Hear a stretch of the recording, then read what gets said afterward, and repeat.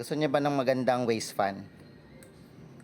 Malakas tsaka matagal malobat. Ito yung Orashare K200 na may 14,500 mAh battery. Tapos 3-in-1 din siya. Power bank, flashlight, tsaka portable fan. So, ito. Yan, meron siyang charging port. Tsaka dito rin yung pang power bank pag sakaling mag-charge kayo. Meron siyang 4 speeds pero meron siyang high speed, so pang 5 yung high speed. Ito yung fan niya. Hold nyo lang. Yan, number 1, number 2, number 3, number 4. Pag gusto niyo na malakas talaga, yan, maging 8 siya, no? Ito yung pinakamalakas, grabe.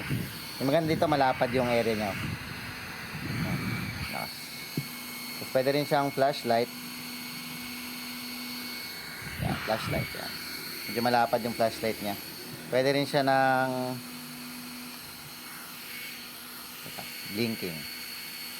Teka na yung blinking. Ay, wala palang blinking to. Flashlight lang. Ayan pala, pwede blinking yun. Yun. So, flashlight, pwede rin siya pang camping. Maganda siya pang camping pag mainit. Malapad yung area nung hangin niya eh. Yan. So, pwede rin siyang waist fan. Pwede nyo sabit dito para i-ano sa t-shirt. Diba? Dami niyang pwedeng gawin. Pero, pinakagusto ko talaga yung sinasabit siya. Nasabit siya sa leg. Yan, waist fan. Yan. Nasabit siya sa leg. Parang neck fan. Yan, diba?